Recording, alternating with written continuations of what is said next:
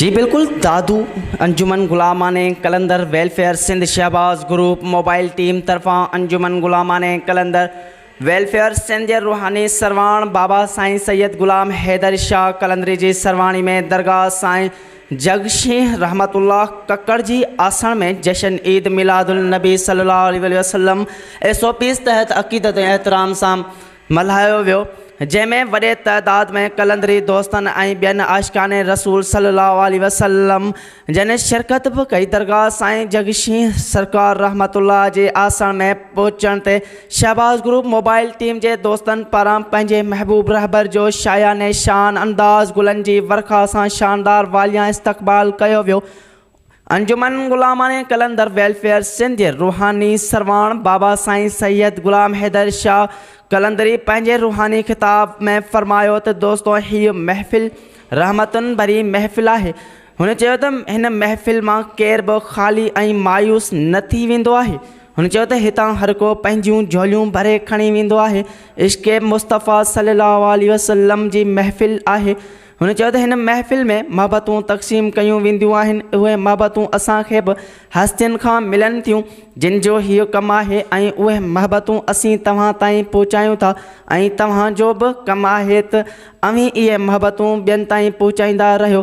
हुन चयो त माण्हू असां खां पुछनि था त तौहीन कलंदरी रुगो दुरूद जी ॻाल्हि था करियो, तव्हां अल्लाह जे फ़र्ज़नि जी ॻाल्हि छो नथा करियो।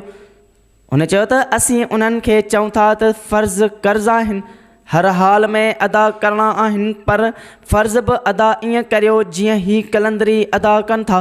उन अंदरि जी ऊन्हाइयुनि सां अल्लाह पाक जे फ़र्ज़नि खे अदा करियो। साईं जन वधीक इहो बि चयो त असां आजिज़ इंसान आहियूं, असां तव्हांजा हथ चुमण वारा आहियूं, छो जो तव्हां मुंहिंजे महबूब करीम सल्लल्लाहु अलैहि वसल्लम ते दुरूद पढ़ण ऐं पढ़ाइण वारा आहियो। तव्हां हिन मुआशिरे जा हिकिड़ा अज़ीम इंसान आहियो। तव्हांजे अंदर में इश्क़ मुस्तफ़ा सल्लल्लाहु अलैहि वसल्लम मौजिज़नि दाख़िल थी वियो आहे। तव्हां वञो था माण्हुनि खे इश्क़ मुस्तफ़ा सल्लल्लाहु अलैहि वसल्लम ॾांहुं आमदा कयो था।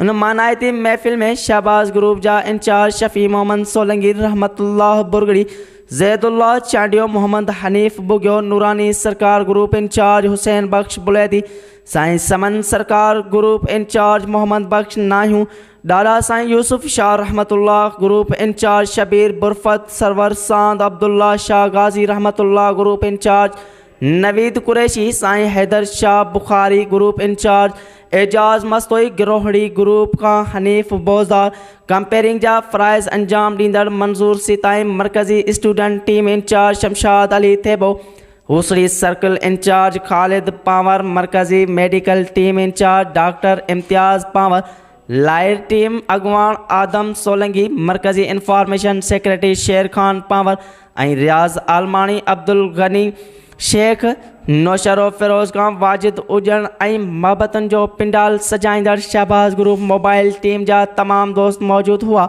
महफ़िल के आखिर में 4 करोड़ 10 लख 20 हज़ार दुरूद पाक ऐं 33 ख़तमतुल कुरान ऐं 10 दलाइलुल खैरात जा तोहफ़ा बाइस तख़लीक़ कायनात महबूब करीम सल्लल्लाहु अलैहि वसल्लम जी दरबार अक़दस में पेश करे पूरी आलम इस्लाम मुल्क पाकिस्तान ऐं सिंधड़ी सुहारीअ लाइ ख़ुसूसी दुआऊं घुरियूं वियूं। SOPs ते अमल दरामद कराइण लाइ अंजुमन गुलामाने कलंदर वेलफेयर सिंध जे मेडिकल टीम तरफ़ां फ्री मेडिकल कैंप पिणु लॻाई वई हुई, जंहिं बाद बाबा साईं जिसकी सरकार जे बुहारी दार आदम सोलंगी आयल सभिनी कलंदरी ॿाहिरनि जो शुक्रिया बि पिणु अदा कयो।